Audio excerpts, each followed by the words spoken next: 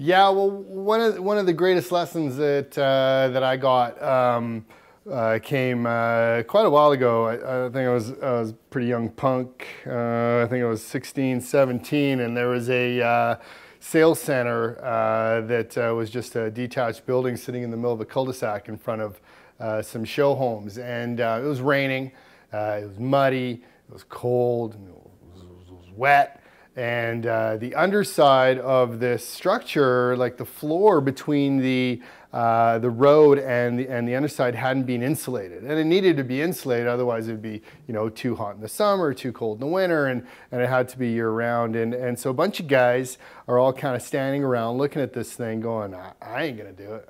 I ain't gonna do it." So I was the lowest guy on the totem pole, and frankly, I didn't really want to do it either. But then.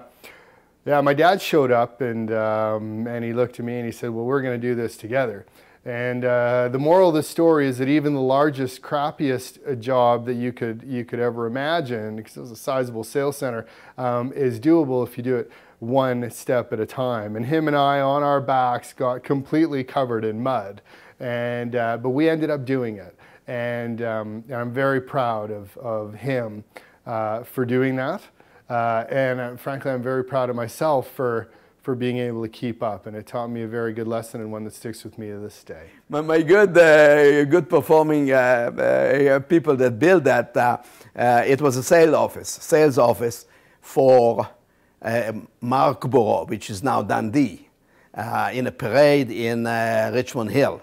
And they wanted a sales office in the middle of a bit of a small cul-de-sac, right in the middle of the pavement.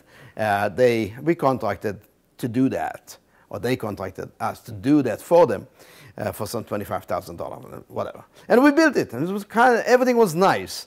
And it was elevated above the pavement about, I don't know, maybe 2 feet or so, okay? So the joists were, and I came, and it was all finished, and I asked the superintendent, "Well, did you put insulation in the joists?" He said, "No."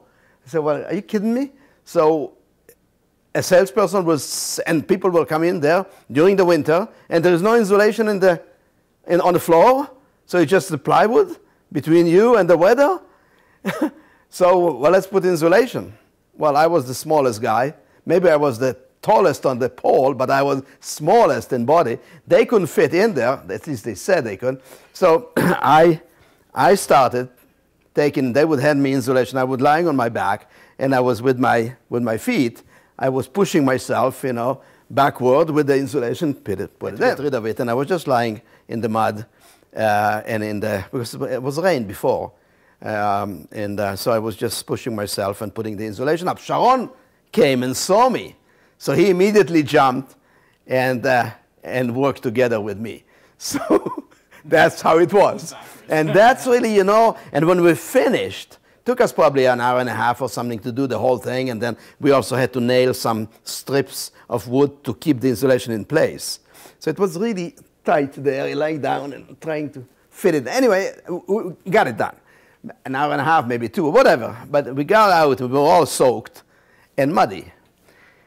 And Morris at the time, he had a Polaroid camera, and he took a picture of us.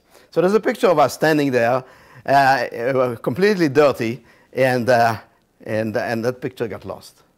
So we were looking for it. We can't find it. And it's Polaroid, so you don't have a negative. So that's it.